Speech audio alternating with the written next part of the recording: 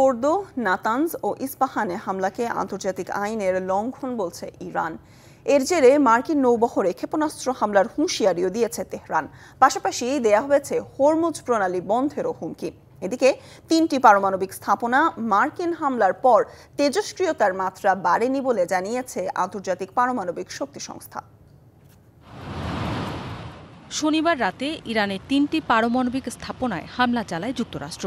কিছুক্ষণ পরই এক ভাষণে মার্কিন প্রেসিডেন্ট ডোনাল্ড ট্রাম্প বলেন, প্রয়োজনে ইরানের বাকি পারমাণবিক স্থাপনাতেও হামলা চালানো হবে।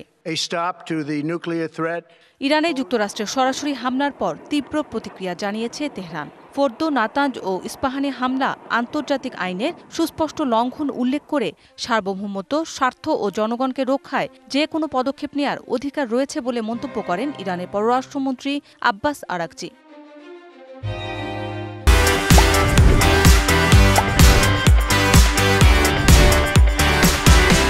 পারমাণবিক স্থাপনায় মার্কিন বিমান হামলার নিন্দা জানিয়েছে atomic energy organization of Iran AEOI।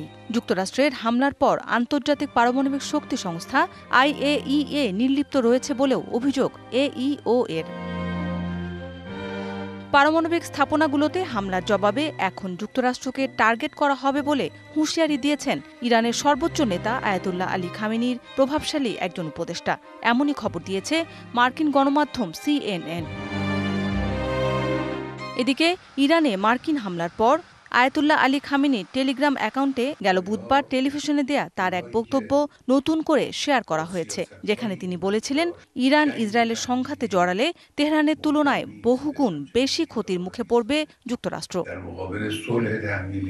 Mousumi Shanta, DBC news desk.